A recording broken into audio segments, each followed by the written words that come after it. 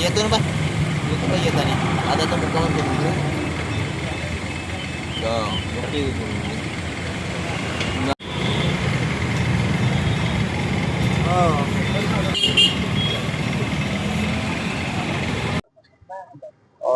वेकोली अंतर्गत जे माती व कोळसा उत्खनन करणारे कंत्राटी कंपन्या आहेत, ह्या कंपन्या मोठ्या प्रमाणात परप्रांतीय लोकांना घेऊन येतात. स्थानिक लोकांना डावललं जात आहे.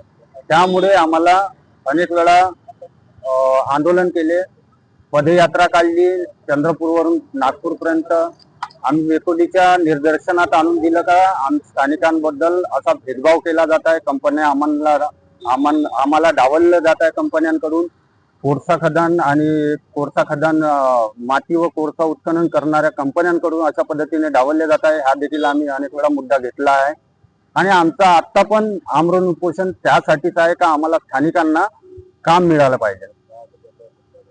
10 ते 15 कंपन्या आमच्या चंद्रपूर जिल्ह्यामध्ये आता सध्याच्या परिस्थितीमध्ये सुरू आहे, परंतु कोणत्याही कंपनीमध्ये कामाला गेला विचारलं तर आम्हाला कंपनीच्या आत जायची परवानगी सुद्धा नाही. आणि महाराष्ट्र शासनाचा GR आहे 80% वाला, तो GR ह्या कंपन्यांना लागू आहे, परंतु या कंपन्याच्या मुजोऱ्या एवढ्या आहे का यांच्या पाठीमागची कोणती शक्ती आहे हे मला नाही माहित, परंतु मुजोऱ्या तर खूपच चालते.